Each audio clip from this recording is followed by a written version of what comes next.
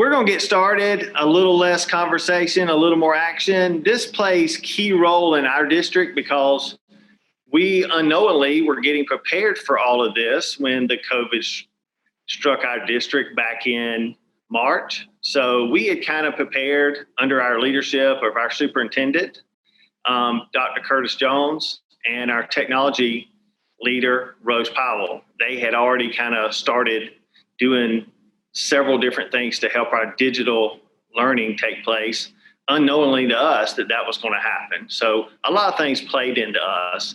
Also, if you want to join my class, if you haven't, this is how you can join. Go to hellosmart.com. My class code is 78363. We're going to get started, and I just want to tell you the story that happened in Bibb County. One of the things that happened in our district is we have a Victory in Progress here. This is our logo that we wear. We have a pin that recognizes this, that we're always in the progress of victory. Also, what our district consumes of is over 24,000 students. We also are doing personalized learning for our students. We train Microsoft Teams for all.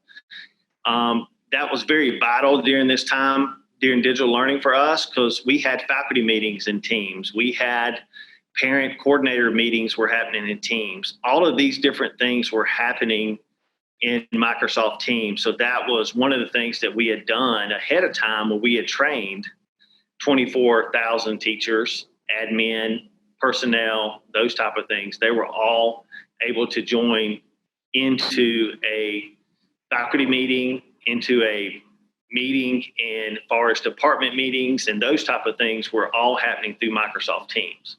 And that played a key role of all of us keeping together. And then also our teachers were using it to run their classrooms. So some ways we were doing that is actually we had teachers that were running Smart Learning Suite with Teams at the time. They were integrating both of those together at the same time. So they were able to actually see the screen and communicate just like I'm doing in Zoom, but we were using Teams to do this. So that was one way. So I was able to go and help teachers join in as instructional technology coach and being able to support them while I'm joining in the call with them. So that was a big, big component that helped us. There are 8 instructional technology coaches. I'm one of those 8. Also, we have 11 network technicians. I think we're getting 12 now, but those are spread out across the 41 schools. So that was a vital role also, us having all this in place for that. Some of the other key things we had is we were training our students in SMART. We were training our students in Teams. We were training our students in other digital programs that as soon as we went to digital learning, we didn't miss a day. We went into school on a Monday. They told us that today was going to be our last day, and Tuesday we started online classes.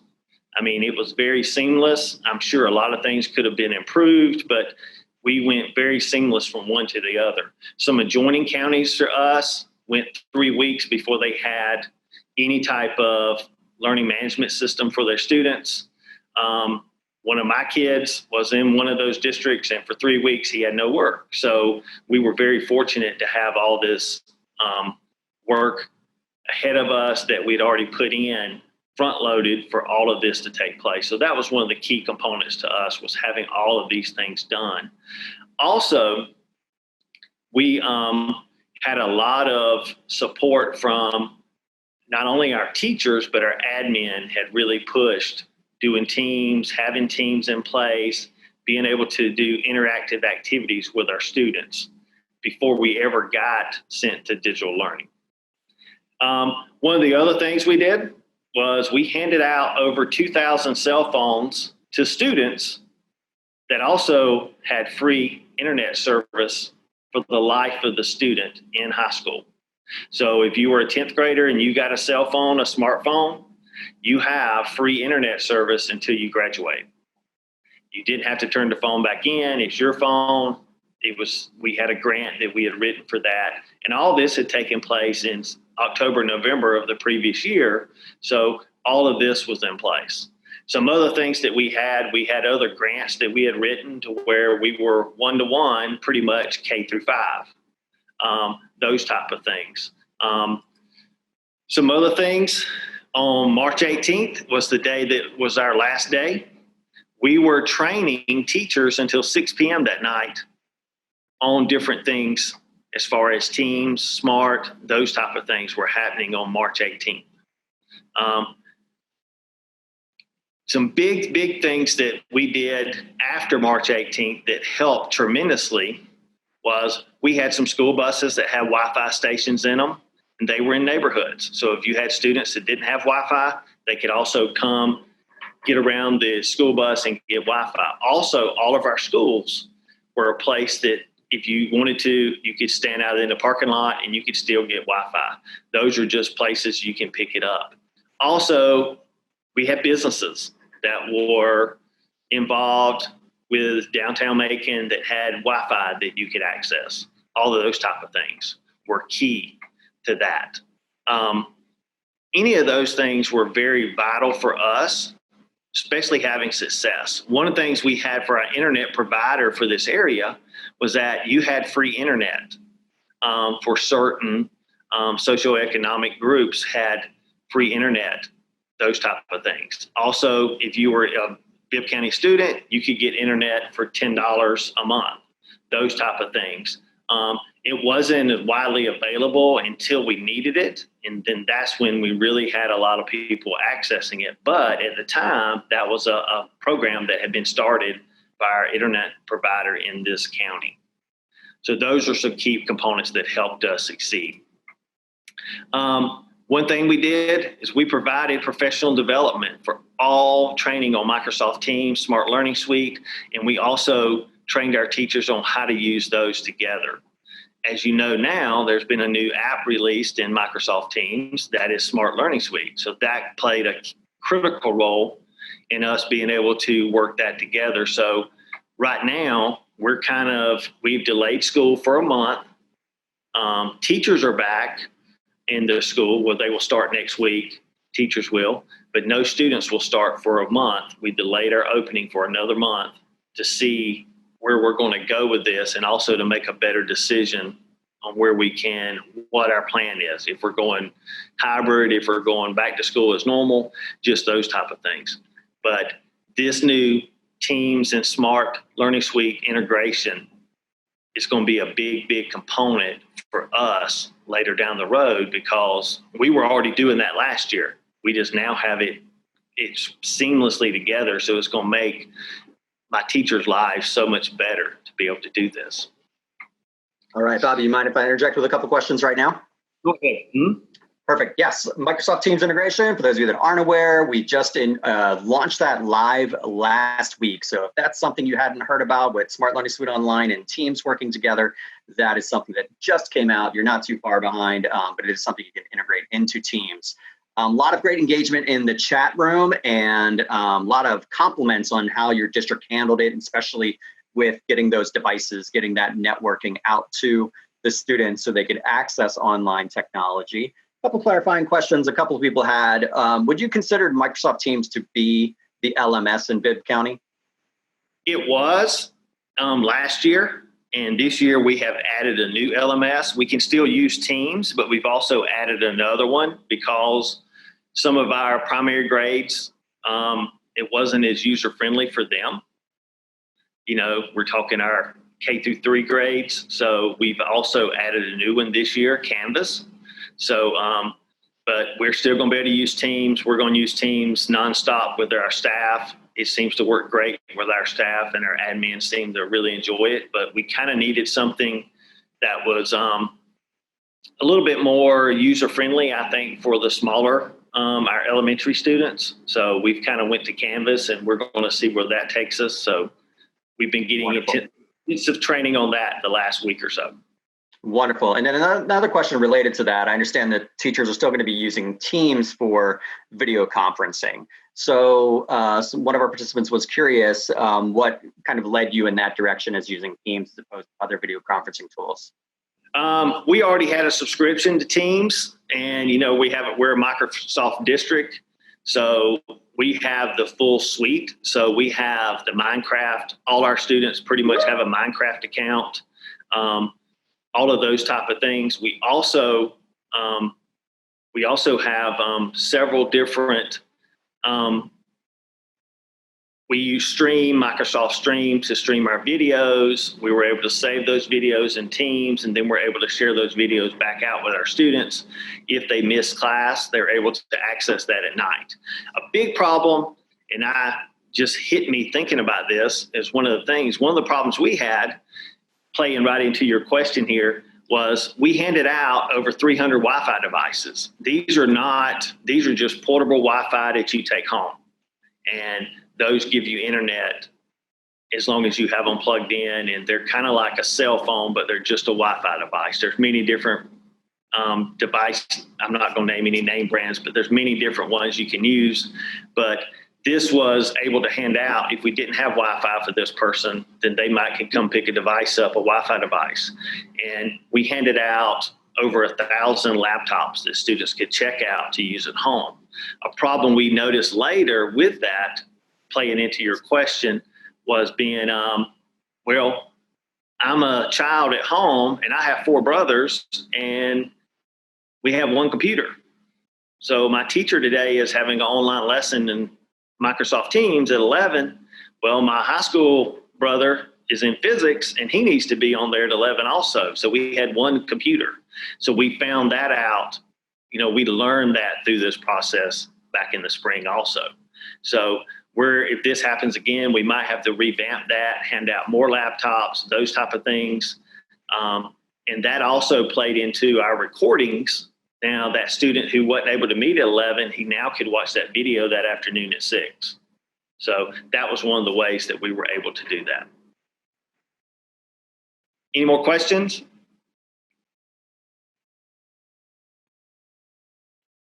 Okay. What we did, we handed out these Wi-Fi devices. We also handed out laptops. All of these different things helped ensure that we were trying to be equitable to our students, trying to give them as many resources as we could. We actually had a day last month where we actually took in all these devices and got in probably 99% of all the devices were turned back in. So that was a good response, that we got almost all our devices turned back in, those type of things. So another thing that's out there is that we have took a survey this year to give out who wants to do digital learning, who would want to do digital learning, who would want to come to school. And so far, we have about half our student population would rather do distant learning. So about 9,000 students out of 24,000 have chosen distant learning over coming to school. Now, we haven't made a decision on that yet, but that kind of gave us some feedback of how many students would choose to stay home and do distance learning. Now, what I want to show you after this is just some example work from our district that I was able to sit in on, help develop in our district, those type of things as far as what our students were creating. And of course, we were using Smart Learning Suite Online. All of our faculty, over 3,000 or 4,000 teachers were trained in this. We had 3 different training sessions for our teachers. We had the basics, and then we had Smart Labs, and then we had Smart Learning Suite. All those 3 different trainings took place. And then we also have programs after school to where teachers can sign up and get additional training. And also we have a big summer event where our teachers can sign up for 3 days of technology integration training.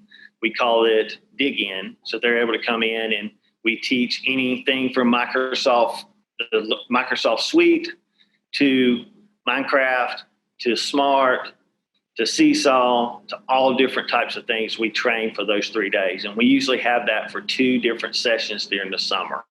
We just had ours last week or the week before. It was all digital at the time, but we still had over 280 teachers sign up for this digital learning that we provided. And of course, this was all done online. We also, I think one of the biggest things we did that's more beneficial than anything is we trained our students.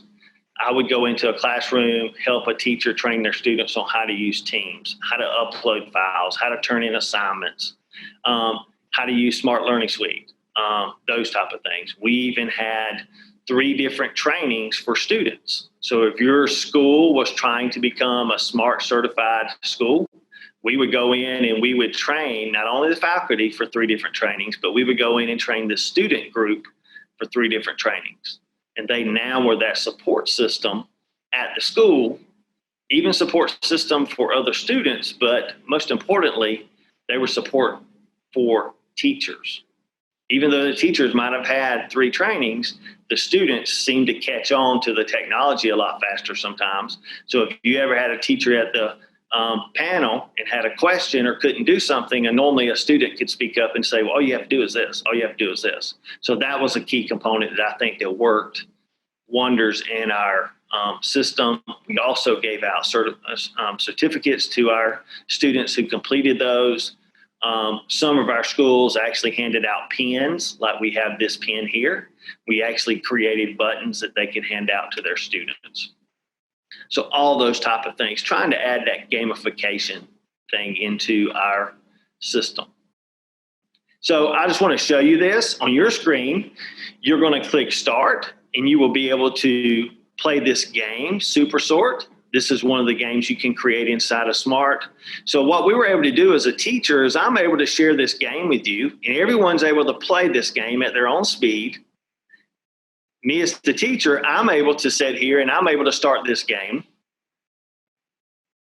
And I'm able to demonstrate to you how you might sort this game. And this is where we've uploaded pictures. A rocky planet means it has core, it's not made of gas. So if it goes in the rocky planet, it will take it. Venus, I know, is a rocky planet, but I'm going to try to put it in the gas planets and it bounces back. So if I keep trying to put it in there, it's going to bounce back. But if I put it in there, it could go in there and it will go into the right one. Jupiter is a gas planet. So we could sort all of these into the proper places. Mercury's a rocky planet, but I'm going to try to put it in a gas planet and it bounces back. You could also, this could be true false statements here. This could be even and odd. This could be letters and numbers, sorting those activities.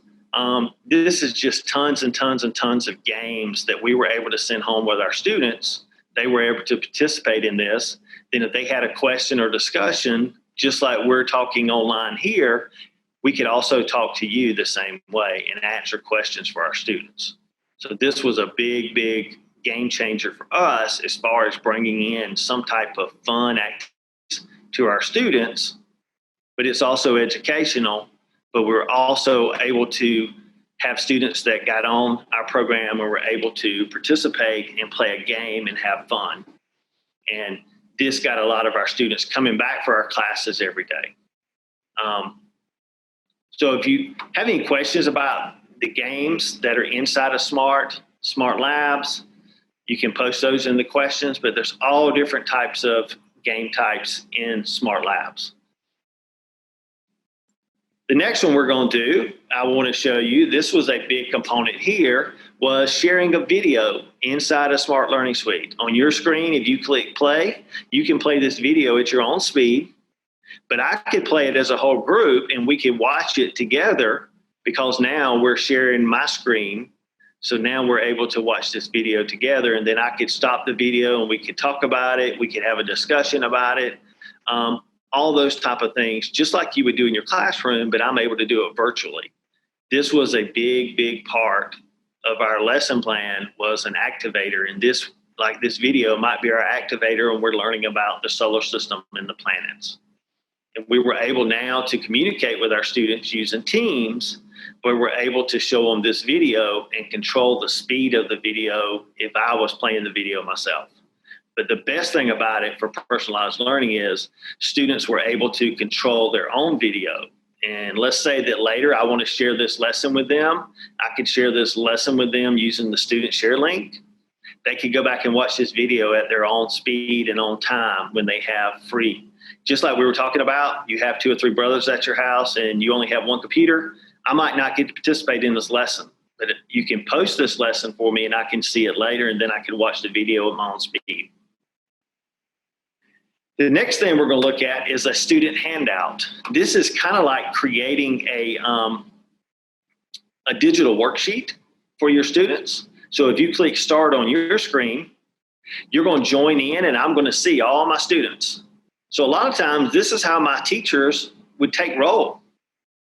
They would take roll by doing this, and they would say, okay, I see all my students here. They would take a screenshot, and now they would be able to see how many students were active on this lesson, this handout.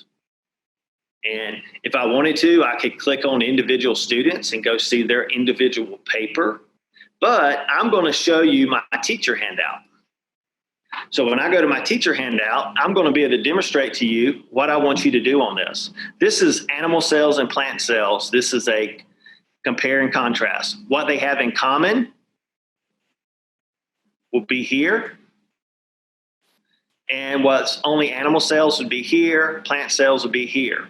So what I'm going to do is on your end, you can be filling out your map, but I'm going to get my text tool, and I know that they both have a nucleus. So I could put a nucleus here. Both of these animal cells and plant cells have nucleus. I know that only plant cells have a cell wall. So that was what would go here. Would be cell wall, and then what they have in common is they have a nucleus. So I could kind of help get you started. Then I could go back and close my teacher handout, and I'm now able to go back and look at students. And if I need to click on a student and see what they're doing, I could do that. And I would be able to see what they've added here. Now, maybe I needed to help this student some. I could come over here to the picture icon here, and I'm going to search for cell wall, and maybe I want to add a picture. So I could search for a cell wall here, and I could actually put in a picture to help this student here. Plant cells they're the only ones that have cell walls. So I could add that picture, and only that student sees the support that I've given that student. If a student completes the activity, you're going to see a green check, like this green check here. That tells me that Karen is done, Jay is now done. What's going to happen here once you do this in your classroom is, first of all, you're probably not going to show this screen to your students because, they don't want to see each other's work a lot of times, or you don't want them to see each other's work. But if I go in here and I grade Gretchen's work and I give her a grade, maybe I'm going to use my pen and I'm going to give her a grade, and maybe I'm going to give her a smiley face. Maybe I'm going to do something like that. As soon as that happens and her classmates around her see this, you know what's going to happen. Grade mine, grade mine, grade mine, grade mine. So you get that participation from the students really wanting you involved in grading their paper.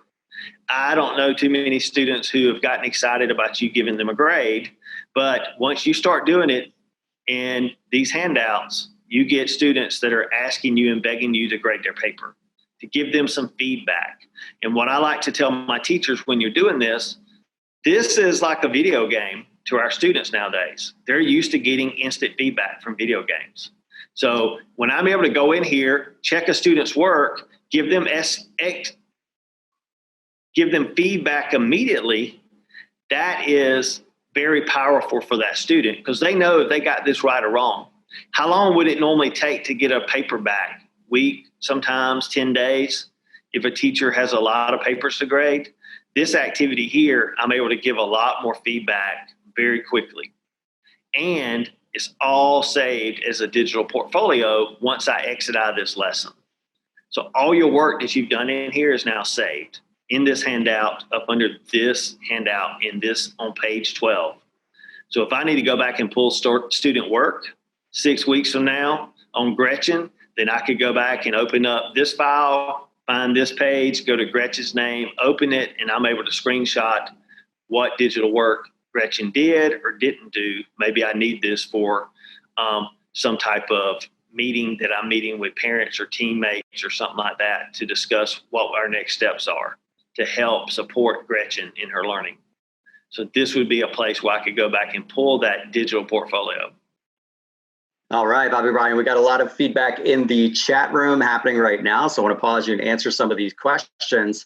A lot of excitement. We love the idea of using that for attendance. I think that's fantastic. You can see every student, as soon as they click start on the handout, you got their name there. You can screenshot that and grab it and use it up for attendance. That's fantastic. There were some questions back with the YouTube video. You don't have to go back to the page. It was pretty basic, but it's a question whether you can add more than one YouTube video to a lesson. Yes, you can add multiple pages. An example I want to make for this is that I have a pre-K teacher that she created a Smart Learning Suite online file, and it is titled Videos. There it is. Perfect. So as many videos as you want can be included in there. It's ad free. I probably at least once a day in my region of Florida and Georgia, I hear from teachers and teachers leaders that are excited about the fact that students don't have to go out to a separate website to view the YouTube video. They don't get distracted. They're still in the lesson, and they don't have to look at the ads or the comments or suggested videos and all that other stuff that comes from YouTube. This teacher does that idea. Now with handouts, a lot of feedback on those. Specifically, a couple of people wanted a little bit of, they weren't quite certain about how you were able to provide that feedback to the students. Could you show quickly again how easy it is to just go into a student page and provide feedback? Okay. If I go into, let's say I'm going to go into Karen's page here. And then as I'm in Karen's page, I'm able to just grab a pen and I'm just writing on Karen's page and I'm just going to use the blue pen and I could give her a grade. Like we said, I could also draw a smiley face, or I could also come over here and insert a image from Bing Safe Search here. Or if I have a sticker that's already saved on my desktop, I could go select an image and add it to her paper. And only this student is seeing this. No one else is seeing this feedback. So a great example I like to give on this, let's say that I go to Karen's page and I open it up and she has the words typed on her page, help. I know that she needs support. And believe it or not, I have seen this on student papers when we are working with students in the classroom. They are asking for help because they're lost. Well, in the classroom, they might not do this. They might not raise their hand. But on this platform, guess what? They have a voice. So this voice is given to them because now they know it's just a conversation between my student and myself. No one else is knowing that they don't understand. So a lot of times, to me, this platform gives those students a voice that might not ever raise their hand in your class. They might not ever want to tell someone they didn't know what was going on. So that's one of the things that I've noticed with this. And I'm able to give feedback to Karen here. I'm also able to add a sticker. I can erase stuff. I can help her any way I want to. Now I'm going to go back and look at my whole class again. One thing I can do besides keep going back, if I go to this student, up here at the top right, you see arrows going right and left. I can now go between different students just by clicking on the left button, and I could provide feedback that way. Right. And you shared that you can go back to these lessons at any time. So as a teacher, if you didn't get a chance to go into everyone's handout, then you could always open the lesson back up later and you can see that content that the student contributed and be able to work, be able to provide that feedback at a later time. So it's not required that you work with them immediately. You can always go back later, but you do have that option. Another question that came through is, what types of pages can be turned into a handout? So I'll just address that one quickly for you, Bobby Bryan, as you get set up there with your next activity. Any page can be turned into a handout. So, you can start when you're using Smart Learning Suite Online. You might have started with a Smart Notebook file if you're a notebook user, but if not, you can utilize PDFs. You can use PowerPoints. And if you're a Google school or Google district, then we have an option where you can also use G Suite files as well that you can ask us about.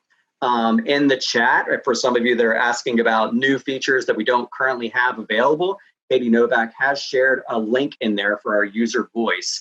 The reason why Smart Learning Suite Online is as amazing as it is from, teachers giving us suggestions of what they need. So we encourage you to click on that when you have the opportunity, bookmark it for later, and give us ideas on what you think is going to help you in the classroom. And we'd love to be able to support you and make this even better tool for you. But without further ado, I don't want to take too much of your time. Bobby Bryan, you can continue. All right. This last little handout was very, I sat down with a teacher, a chemistry teacher at one of our high schools, and we came up with this activity for her to create this for her classroom because she wanted it to be more interactive than just looking at the periodic table. Well, this hyperlink here is active. So if you click on it, that's one of the great features you can do inside a Smart Learning Suite is to have a hyperlink that is active, and they can now click on this and go to an outside resource to find information, then bring that resource back to here. One of those is this is the interactive periodic table. So they're able to go in and figure out what carbon is, find out what carbon, I think it has 6 as the protons. They're able now to grab the protons because we have this as an infinite cloner, and they're able to build this element, okay? And then if we need to put electrons on our shells, they could do that. So they could create that element. And what we would have here is we'd have probably 10 more pages of different elements. And what we would do here is right now, I've got you on teacher pacing, but I could turn you to student pacing. And if I turned you to student pacing, I could tell these 5 students, you need to go to slides 14 and 15 and complete this activity. But these 5 students need to go to slides 17, 18, 19 and do this activity. And it might be all are creating an element, but maybe one of them is harder than the other one, those type of things. That's how I could personalize your learning for you and being able to give that. Could all the students have access to it? Yes. But I want to make sure that these 5 students get this concept, and I want these 5 students to get this concept. So that's one of the ways we're able to do this.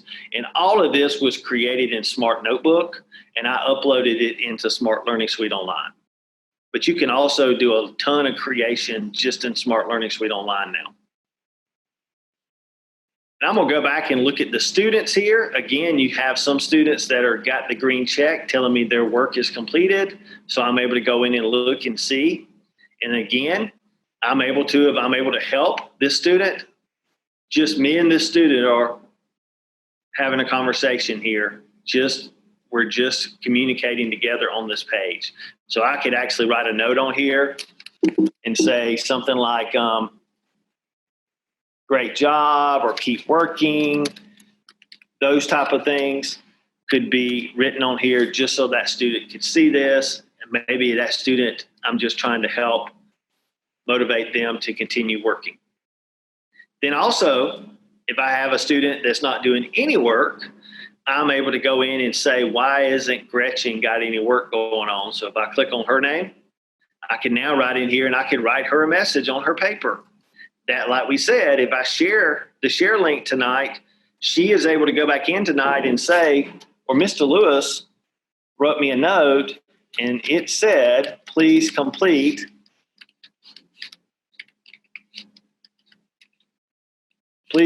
lesson later. So I could type all that in. So that's one of the ways we're able to communicate with our students here. Any questions about this? I'm actually getting emails from people, so.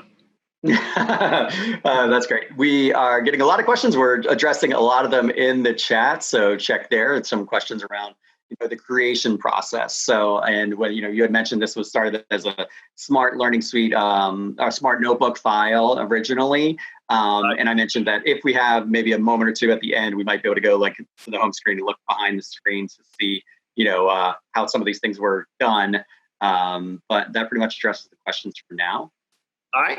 One other thing I would like to tell you about this especially was what we had an activity like this. Maybe they needed to find resources. Maybe the resources were in the file here. Maybe I'm going to get you to go back to this formula sheet on page 2, but I need you to do the math problem on page 4. Then I would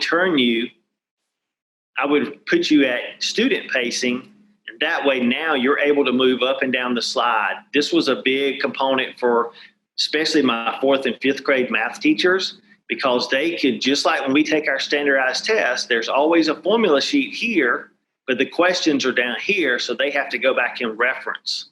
So we're able to move between the two and go find the formula and then work the question down here. So that was a big part. So that made our students aware of that. So they were able to go back and reference certain materials that they might have used before. This could be a reading passage and then questions at the end, those type of things, if you put them on student pacing. Okay, the last thing we're going to do, I know we're tight on time. I'm going to go back to my home button. These are where all my lessons are stored here. This is my code 78363. If you create accounts, you'll get a unique code, but these are all my lessons. So if I have an activity already created on my desktop, I can go to add activity. And now I can actually build a lesson straight inside of here. I can add a title page. I can add more blank pages. I can add videos in here. I could add my gaming. I could also add an activator to activate prior knowledge, or I could have a reflection or questioning slide also. And these are all pre-made activities right in here that are made for you. If I need a grade, I need some data collected from my class, I can now go in and create a smart response that will give me an Excel file that has all the grades on there. But what I did to create this activity is I created in the installed version of Smart. I went to import and I found that document on my desktop. I selected it and clicked open, and it now loaded it into Smart Learning Suite Online. And this is where I took it and used and made it into handouts and those type of things. One thing we didn't cover is a collaboration piece. And that collaboration piece, I could have divided the class into groups, even though we were not sitting together. We were not at school together. We had students that were on vacation while we were doing digital learning. They were still able to participate in a group work with their students who might have been at home. So those are some of the things that you could do with this also. Any other questions? If not, I think we're at the time. I'm trying not to go over.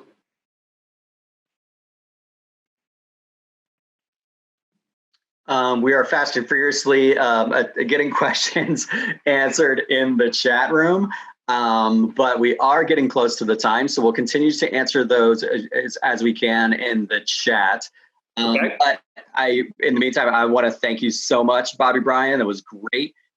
We loved a lot of the things that you shared, a lot of excitement around turning pages into handouts, and they didn't even get to see, as you mentioned, the workspaces where we can create small groups that students can work on from wherever they are, and they can work within the same environment, whether the whole group or the small group in the classroom. So that was a fantastic thing that, for you to share so much about the handouts, a lot of excitement. The way we used that before school got out was we actually had different grade levels collaborating together using the collaboration piece in Smart Learning Suite. So we had a 6th grade class working with a 5th grade class, even though they were at totally different schools in different parts of the county, because they both talked about plant and animal cells.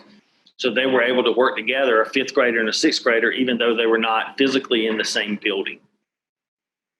Awesome. Another last minute awesome tip from Bobby Bryan Lewis from Bibb County. Thanks so much for sharing your story and your insights with us today, and for each one of you that's in the room for joining us. If we didn't get to your questions, we'll add some contact information in there so you can reach out to us, and we will be happy to address any questions that you have. Please look for a follow-up, including a recording of this session and a survey about the event. And there's a link in the chat so you can learn more about Smart Learning Suite Online right now. If you're joining us for another session today or tomorrow, we look forward to seeing you there. Thank you so much.